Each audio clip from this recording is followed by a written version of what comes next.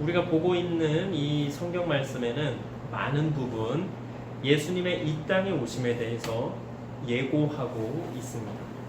오늘 우리가 읽은 이 말씀도 그렇고 이사야서 7장 14절 너무나 유명한 말씀, 임마누엘이라는 말씀 나오는 단어가 나오는 말씀이 있고, 또 이사야서 9장 6절에도 보면은 잘 나타나 있는데요. 제가 먼저 이사야서 7장 14절을 한번 읽어봐 드리겠습니다.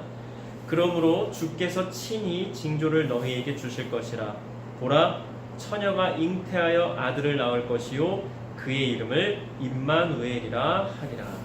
여기서 주목할 것은 처녀가 잉태하여 아들을 낳을 것이요 그의 이름을 임마누엘이라 하리라. 이것을 좀 기억을 하시면 좋겠고요. 또 9장 6절을 보면 이는 한 아기가 우리에게 낳고 한 아들을 우리에게 주신 바 되었는데 그의 어깨에는 정사를 메었고 그의 이름은 기묘자라 모사라 전능하신 하나님이라 영존하시는 아버지라 평강의 왕이라 할 것입니다. 이렇게 말씀이 나옵니다. 그리고 또 우리가 너무나 잘 아는 말씀 이사야서 53장 4절로 6절 딱 이제 들으면 알 거예요. 그는 실로 우리의 질고를 지고 우리의 슬픔을 당하였거늘 우리는 생각하기를 그는 징벌을 받아 하나님께 맞으며 고난을 당한다 하였노라. 그가 찔림은 우리의 허물 때문이요 그가 상함은 우리의 죄악 때문이라. 그가 징계를 받음으로 우리는 평화를 누리고 그가 채찍에 맞음으로 우리는 나음을 받았도다. 우리는 다 양 같아서 그릇 행하여 각기 제 길로 갔거늘 여호와께서는 우리 모두의 죄악을 그에게 담당시키셨도다. 이 외에도 너무나 많은 말씀들이 앞으로 오실 메시아에 대해서 계속해서 이야기하고 있습니다. 우리가 보통 성경을 구약과 신약이라고 구분을 합니다. 그렇죠? 구약은 예수님 탄생 전, 신약은 예수님 탄생 후, 그리고 구약은 옛 언약이라고 하고 신약은 새 언약이라고 우리가 이야기를 하지요. 이렇게 이야기를 했을 때 아 그렇구나 하고 받아들이거나 믿는 사람들은 믿음이 있는 기독교인들입니다. 반면에 보통의 믿지 않는 사람들의 경우에는 이렇게 이야기하면 뭐라고 대답할까요? 뭔 뚱딴지 같은 소리야. 그거는 뭐 선화나 신화나 동화나 뭐 소설 같은 이야기지 나는 못 믿겠다. 이 정도로 아마 반응을 할 것입니다. 예전에 제가 어떤 신학대 교수님이 그 페이스북에 올린 글을 읽은 적이 있는데요. 그분은 이제 학교에서 이렇게 신학을 가르치시는 분인가 봅니다. 그런데 이제 그 신학대학이지만 그 일반 학과도 있는 그런 학교여서 이제 캠퍼스에서 돌아다니시면서 이제 그 학생들에게 복음을 전파하시는데 이제 그렇게 하다 보면 하나님을 믿지 않는 어떤 학생들은 꼭 당돌하게 짓궂게 이렇게 이제 그 목사님한테 이야기를 한대요. 하나님을 좀 보여주세요. 하나님 어디 계세요? 하나님을 보여주시면 제가 믿을게요. 막 이런 식으로 좀 약간 도발 아닌 도발을 하는 학생들도 있다고 하는데요. 참 우리가 봤을 때는 어떻게 저럴 수 있나 하지만 이 교수님의 이야기는 또 달라요. 차라리 이런 학생들에게는 희망이 있다라고 하는 거예요. 그래도 왜? 어쨌거나 조금이라도 관심을 보이니까. 보통은 만약에 복음을 전할 때 어떻게 해요? 됐어요, 가세요, 뭐 이런 식으로 한단 말이에요. 근데 이제 좀 장난도 걸고 싶고 좀 짓궂게 하고 싶은 친구들은 아 그래요? 그럼 하나님을 보여주시죠. 그럼 제가 믿을게요. 이제 이렇게 되면 걸려드는 거예요. 그럼 이제 아 그래? 그럼 내가 이제 그거에 대해서 설명해 줄게.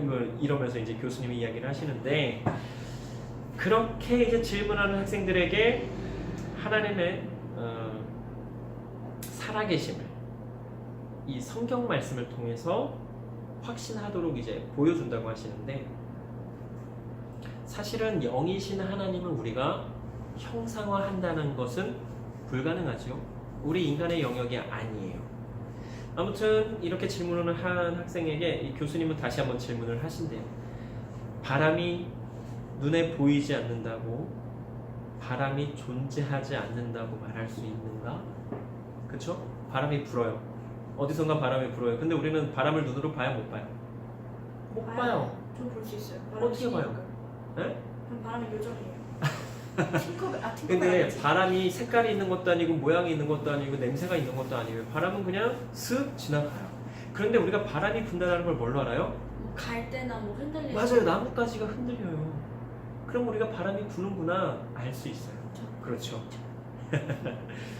그러니까 이 학생들에게 바람이 눈에 보이지 않는다고 그럼 바람이 존재하지 않는 건가? 이렇게 물어보면 당연히 아니요. 바람은 존재하지요. 라고 대답을 한다는 거예요.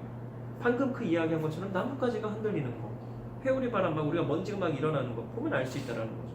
이렇게 해서 이제 바람이 존재한다는 사실을 이제 인정하게 되면 학생들이 이제 점점 그 이야기에 이제 빠져드는 거예요. 그래서 이제 하나님도 마찬가지로 영이시기 때문에 우리 눈에 보이지 않는 영이시기 때문에 눈으로 볼 수는 없다. 그리고 성경에는 하나님을 보게 되면 어떻게 된다고요? 죽는다라고 분명히 나와 있거든요. 그래서 이제 그러면 하나님의 살아계심을 어떻게 알 수 있는가?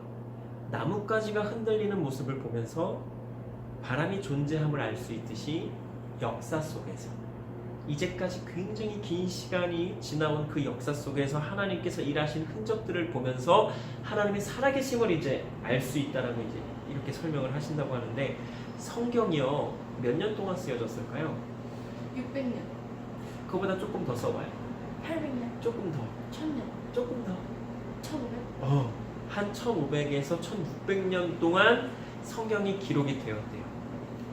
그리고 저자는 한 40명 정도 된대요.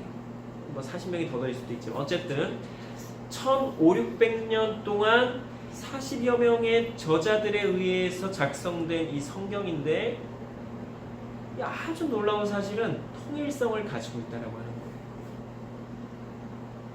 그리고 이 특히 구약 성경은 하나님의 아들이신 예수 그리스도를 이 땅에 보내신다고 하는 그 이야기가 너무나 많이 들어있다는 거예요. 구약에 350여 회 정도 들어있대요. 구약에 앞으로 메시아, 예수가 이 땅에 올 것이다라고 350여 회나 구약 성경에서 이야기를 하고 있다는 하는 거죠. 바로 여기에 하나님께서 인간의 역사 속에서 일하시는 핵심적인 메시지가 드러난다고 하는데요. 그러면서 이제 하나님은 예수 그리스도의 오심에 대해서 성경을 통해 예언을 하고 있는데 중요한 것은 다른 종교의 경전들, 그렇죠? 그 다른 종교의 경전들 중에 미래에 대해서 예언하거나 예고하는 경전이 있으면 이 교수님이 갖고 와보라고 이제 한대요, 이 학생들에게. 어떤 위대한 예언가도, 어떤 위대한 종교라고 하는 그 종교에서도 미래에 대해서는 정확히 예언을 할 수가 없다라고 이제 이야기를 하시는데, 미래는 누구의 영역이에요? 오직 누구만 알아요? 오직 하나님만 아시는 거예요. 예수님 탄생 전에 한 700여 년 전에 이사야 선지자, 아까 뭐 7장 14절, 9장 6절 읽었던 그 말씀을 선포했던 이사야 선지자가 이사야서 44장 6절로 8절에 이렇게 하나님에 대해서 증거를 합니다. 제가 읽어드릴게요. 이사야서 44장 6절로 8절이에요. 이스라엘의 왕인 여호와, 이스라엘의 구원자인 만군의 여호와가 이같이 말하노라. 나는 처음이요 나는 마지막이라. 나 외에 다른 신이 없느니라. 내가 영원한 백성을 세운 이후로 나처럼 외치며 알리며 나에게 설명할 자가 누구냐?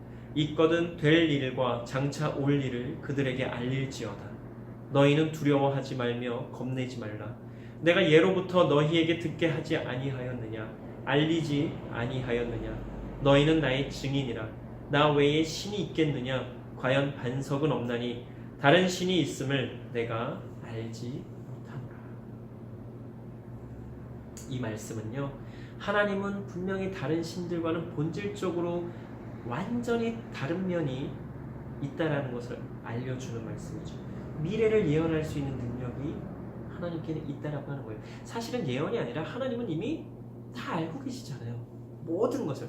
처음과 마지막이신 하나님이세요.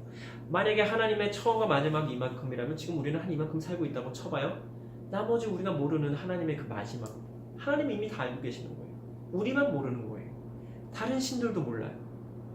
그래서 그 유명한 말이 있어요.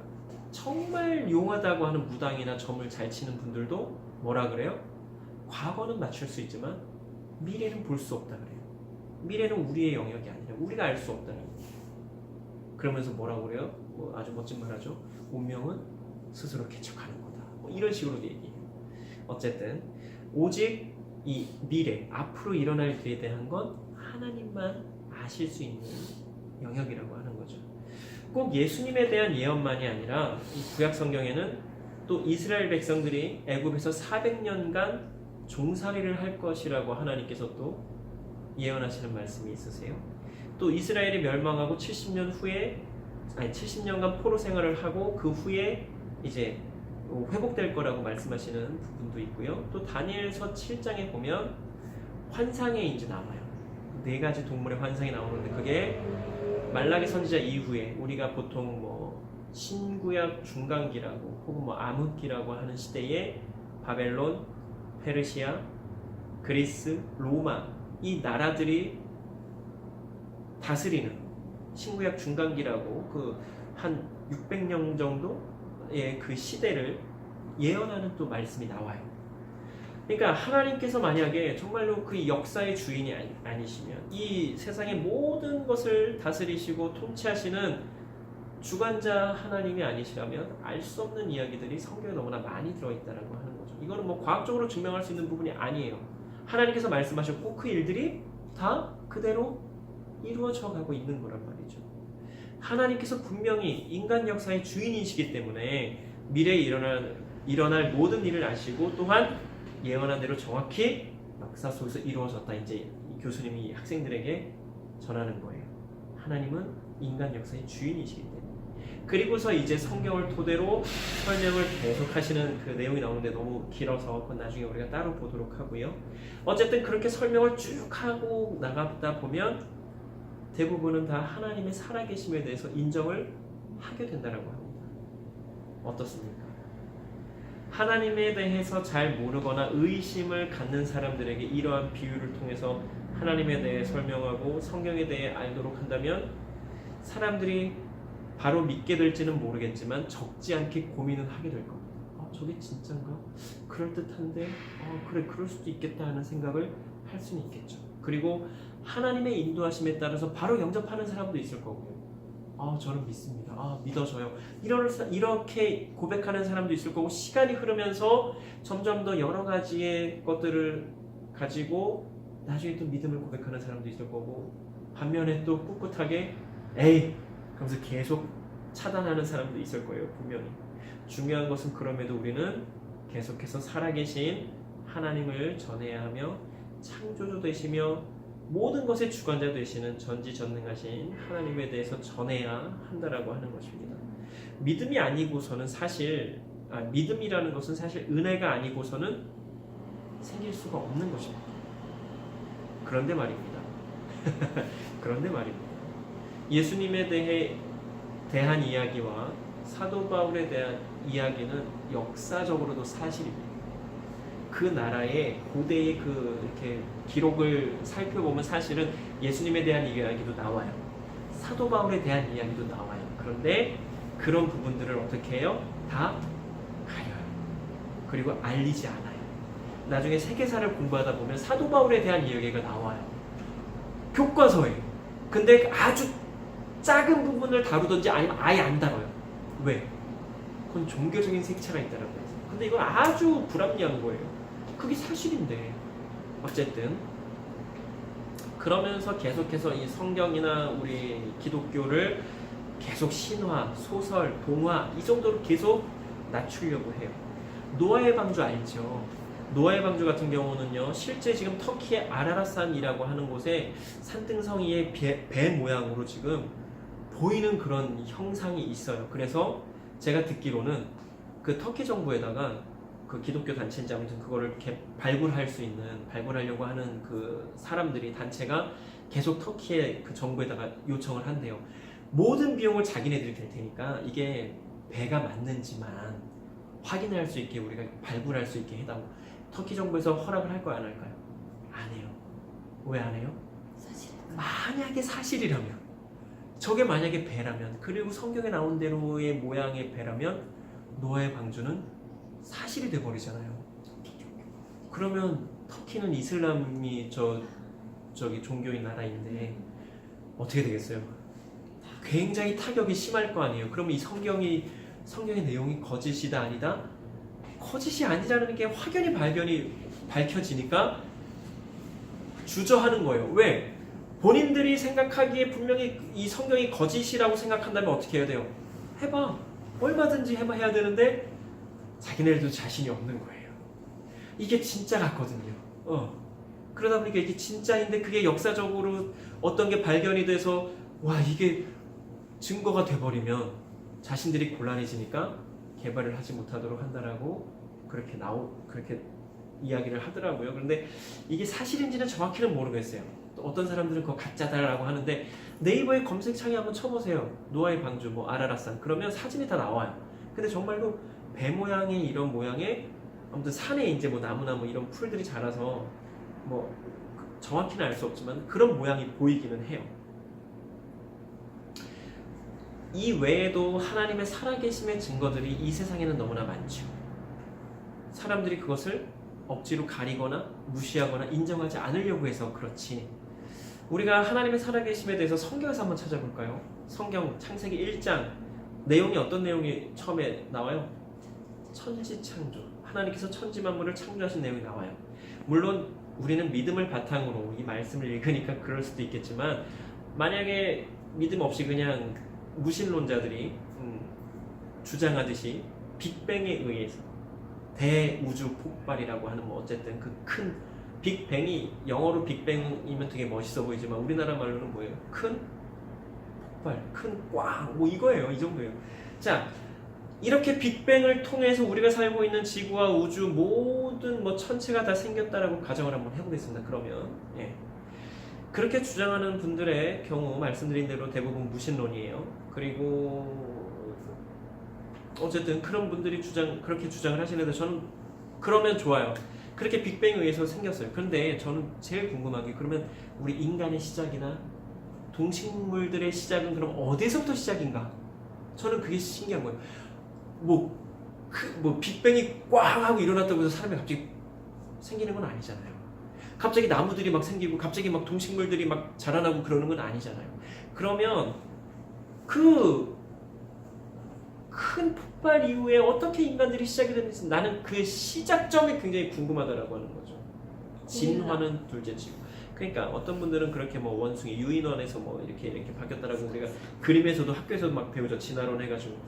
그런데 인류의 조상이 그런 원숭이와 같은 종류라고 이야기를 하는데 나는 싫어요. 저는 정말 그거는 거부하겠어요. 이거는 내가 뭐 기독교인이고 아니고를 떠나서 나는 우리의 그 조상, 먼 조상이 그런 원숭이라는 거 너무 싫어요.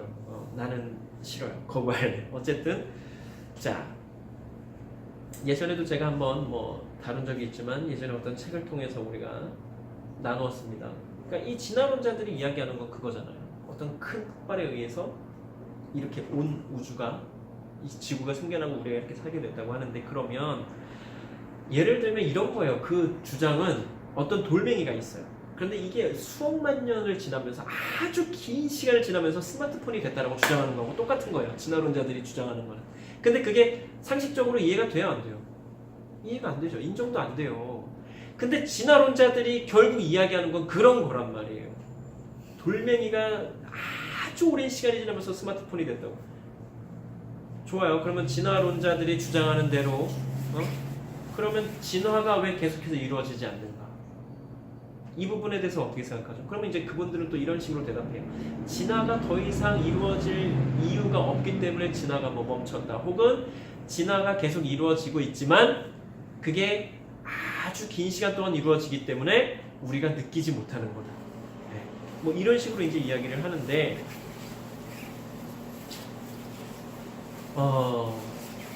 사람들이 진화론은 믿어요. 그리고 학교에서 진화론은 가르쳐요. 하지만 진화론도 정확하게 확인되지 않은 하나의 이론일 뿐이에요. 무신론을 바탕으로 한. 그런데 이걸 학교에서 아무렇지도 않게 그렇게 가르친다라고 하는 거는 저는 조금 이해가 잘 안 되지만 어쨌든 뭐 그렇다고 하니까 뭐 어쩔 수 없죠. 힘이 없으니까.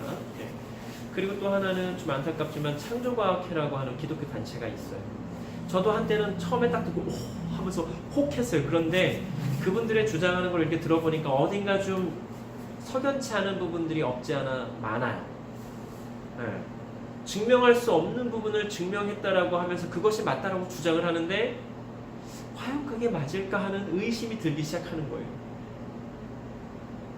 그분들이 주장하는 것은 지구의 나이가 1만 년이 안 됐다라고 주장을 하는 거예요. 그분들이 어떻게 그렇게 계산을 했느냐?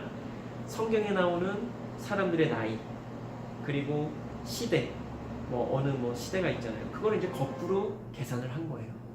그렇게 하니까 1만 년이 채 안 되는 시간 동안 지구가 만들어지고 이렇게 지구의 역사가 그렇게 흘러나왔다라고 이야기를 하는데, 사실은 창세기에 나오는 그 창조 이전의 시기에 대해서는 우리가 정확히 알 수가 없습니다. 그렇죠? 하나님께서 얼마나 그 긴 시간 후에 우리를 창조하셨는지 우리는 알 수가 없거든요. 그런데 그것을 과학으로 증명을 했다라고 하니까 저는 못 믿겠는 거예요. 하나님이 과학적으로 증명이 되시는 분이에요? 되지 않는 분이란 말이죠. 우리가 만약에 하나님을 증명할 수가 있다? 그러면 하나님은 더 이상 하나님이 아닌 거예요. 우리는 하나님에 대해서 다 알지 못해요. 그렇기 때문에 하나님에 대해서 우리는 증명을 할 수가 없는 거예요. 어쨌든 또 어떤 분들은 하나님께서 천지만물을 창조하시기 전에 천사가 타락을 해서 사탄 마귀가 되었다라고 주장하는 분들도 계세요. 그런데 이런 주장도 사실은 근거가 희박합니다. 그것을 증명할 근거도 없어요. 성경 어디에도. 창세기 1장 2절에 보면 땅이 혼돈하고 공허하며 흑암이 깊음 위에 있고 하나님의 영은 수면 위에 운행하시니라, 이렇게 말씀에 나와요. 그런데 이 말씀을 보고서 주장하는 거예요. 그런데 생각해봐요. 땅이 혼돈하고 공허하며 흑암이 깊음 위에 있고 하나님의 영은 수면 위에 운행하신다. 이 말씀을 통해서 어떻게 하나님과 함께하던 천사가 타락해서 사탄 마귀가 됐다라고 주장을 할 수가 있겠어요? 이거에 대해서는 우리가 어떻게 설명을 할 수가 없는 거예요. 그런데 그렇게 주장한다라고 하는 것을, 그리고 그렇게 가르치는 것을 저는 좀 지양해야 하지 않을까 생각해요. 상상을 할 수 있어요. 추측은 할 수 있어요. 하지만 그게 맞다라고, 그게 정확한 거라고 막 그렇게 주장하고 가르친다면 그건 조금 문제가 있다라고 생각이 됩니다. 그리고 분명히 말씀드리지만 선과 악 모두 하나님께서 창조하셨다라고 하는 거예요. 악이라는 존재가 타락한 천사에 의해서 만들어진 게 아니라 하나님께서 분명히 만드셨다라고 하는 거죠. 어디에 나와요? 선과 악을 알 수 있게 하는 나무의 열매를 먹지 말라고 했어요. 그런데 그 열매를 누가 먹었어요? 아담과 하와가 먹었잖아요. 선과 악을 알 수 있는 나무의 열매, 선악과, 우리가 선악과라고 하는데 그 선악과를 먹고 나서 이 세상에 악이라고 하는 게 들어왔다라고 보시면 돼요. 선악과 먹기 전에 에덴 동산에서 어떻게 살았는지 알아요? 아담과 하와는 다 벗은 채로 살았어요. 그리고 사자와 호랑이, 이런 아주 우리가 되게 무서워하는 막 그런 동물들 뭐 먹고 살았어요? 풀 뜯어 먹고 살았어요. 이건 제 얘기가 아니에요. 성경에 나와요. 창세기 1장 30절에 보면 땅의 모든 짐승과 하늘의 모든 새와 생명이 있어 땅에 기는 모든 것에게는 내가 모든 푸른 풀을 먹을 거리로 주노라 하시니 그대로 되리라. 창세기 1장 30절을 읽어보세요. 여기 그대로 나와요. 그리고 로마서 5장 12절에서 이렇게 증거합니다. 그러므로 한 사람으로 말미암아 죄가 세상에 들어오고 죄로 말미암아 사망이 들어왔나니 이와 같이 모든 사람이 죄를 지었으므로 사망이 모든 사람에게 이르렀느니라. 이 한 사람 누구예요? 아담이에요. 하와, 아담. 아무튼 아담과 하와 때문에 혹은 덕분에 죄가, 악이 이 세상으로 들어왔다라고 말씀하시죠. 그런데도 하나님께서 천지를 창조하시기 전에 하나님과 함께했던 천사들이 타락해서 사탄이 되었다라고 하는 것은 하나님의 전지전능하심을, 하나님의 완전하시고 완벽하심을 무시하는, 어쩌면 하나님을 무능한 하나님으로, 반쪽짜리 하나님으로 만드는 결과라고 하는 것입니다. 예수님 사역 당시에도 그랬고요. 야고보서 2장 19절에도 보면 이렇게 나옵니다. 네가 하나님은 한 분이신 줄을 믿느냐? 잘하는도다. 귀신들도 믿고 떠느니라. 사탄, 마귀, 귀신, 이러한 것들은 모두 다 하나님 발 아래에 있다라고 하는 거예요. 그리고 하나님께 벌벌 떠는 존재일 뿐이라고 하는 것이죠. 하나님은 모든 것을 하실 수 있는 분이시고 이 모든 것들을 다 창조하신 창조주 되시는 하나님이시기 때문에 어떤 분들은 전도의 목적으로 적당하게 타협점을 찾으려고 하는 분들도 계세요. 그래서 뭐 요즘은 무슨 어떤 뭐 되게 그거 읽으면서 참 답답했어요. 왜 이렇게 어려운 말들을 만들어내고 왜 말도 안 되는 증명할 수 없는 것들을 주장하면서 왜 세상적으로 다가가려고 하지? 사실은요, 기독교는요, 타협이 되는 종교예요, 안 되는 종교예요? 타협이 안 되는 종교예요. 그래서 손가락질을 받기도 해요. 니네는 왜 그렇게 독단적이고 타협이라는 걸 모르냐? 그런데 그렇다고 해서 그럴듯하지만 아닌 것을 가지고 복음이신 예수님을 전한다는 것은 할 수도 없고 해서도 안 되는 것이라는 말이죠. 자, 봐요. 아까 우리가 기억하라고 했죠. 이사야서 7장 14절 뭐라고요? 처녀가 잉태하여 아들을 낳을 것이니 이름을 임마누엘이라고 할 것이다. 처녀가 잉태하여 아이를 낳을 거래요. 자, 봐봐요. 동정녀의 탄생. 그러니까 처녀예요. 결혼하기 전이에요. 남자를 알지 못해요. 그러니까 세상적으로는 설명이 안 돼요. 예수님은 세상적인 방법으로 태어나신 분이 아니란 말이에요. 이 부분 자체부터 일단은 세상하고는 타협이 안 되는 부분인 거예요. 이걸 어떻게 타협하겠어요? 뭐 체외 수정을 했어요? 그 당시에? 그런 것도 아니란 말이에요. 그러면 사람들은 그래요. 에이, 뭐 모르게 어떻게 했겠지. 아니란 말이에요. 처녀예요. 남자를 한 번도 이제까지 한 번도 만나본 적도 없는, 알지 못하는 처녀가 잉태했어요. 그 잉태된 분이 누구예요? 예수님이란 말이에요. 네, 동정녀 탄생. 이 부분을 가지고 세상하고 이야기하면 대화가 돼요, 안 돼요? 안 된단 말이에요. 그럼 우리는 어떻게 해야 돼요? 성경에 나온 그대로 전하면 되는 거예요. 그럼 나머지는 어떻게 돼요? 하나님께서 나머지는 처리해 나가시는 거예요. 그런데 우리가 계속 성경의 힘을 약하게 하는 이유가 뭐예요? 세상적인 방법으로 다가가려고 하니까 안 되는 거예요. 세상을 우리가 이길 수 있어요, 없어요? 우리는 못 이겨요. 누가 이겨요? 하나님만 이기실 수 있는 거예요. 그런데 왜 얄팍한 지식을 가지고 인간들이 세상을 이겨보려고 하는 거예요? 하나님께서 하실 영역을 하나님께서 하시도록 하고 우리는 우리가 해야 되는 것을 하면 된다라고 하는 거예요. 하나님께서 우리에게 하라고 하시는 그대로 하면 하나님께서 나머지는 알아서 하나님께서 이루어 가신단 말이죠. 그럼 우리는 말씀에 나온 그대로만 전하면 돼요. 대신에 지혜롭게 전해야 되겠죠. 네.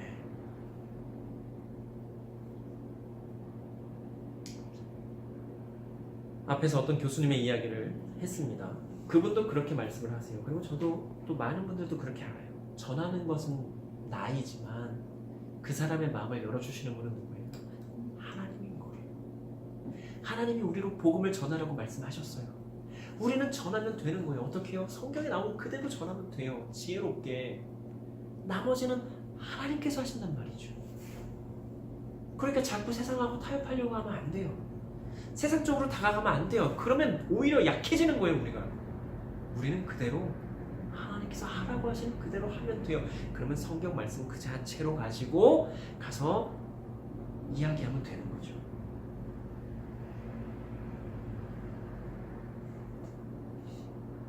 우리는 계속해서 우리를 통해서 일하시고 역사하시는 하나님을 찬양하면서 하나님께 감사하며 겸손히 지혜롭게 순종하면 되는 거란 말이에요. 이번 주에 이제 크리스마스가 있어요.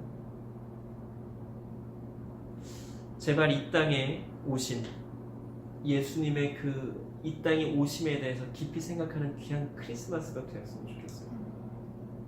이 땅에 예수님께서 왜 이 땅에 오셨는가? 그것에 대해서 좀 깊이 고민하고 좀 나누는 그런 사람들이 많아졌으면 좋겠어요. 크리스마스는 선물 나누고 파티하고 뭐 잔치하고 교회마다 뭐 성탄 발표회라고 막 할 거예요. 부서마다 나와가지고 애들 뭐 찬양 다 좋아요. 그거 해도 좋아요. 해요. 대신에 아기 예수님께서 이 땅에 왜 오셨는지는 조금 더 깊이 나누고 생각하고 고민하고 그리고서 뭐 발표를 하든 잔치를 하든 선물을 나누든 하잔 말이에요. 지난주에도 말씀드렸어요. 기쁘다 구주 오셨네. 왜 기쁘냐고요. 아이들은 그럴 거예요. 선물 주니까요. 그러니까 이게 너무나 잘못됐다라고 하는 거예요. 왜 예수님이 오신 게 우리에게 기쁨인가? 그거에 대해서 좀 깊이 나누고 진지하게 고민하는 성도들이 많아졌으면 좋겠는 거예요. 그런 교회들이 많아졌으면 좋겠는 거예요.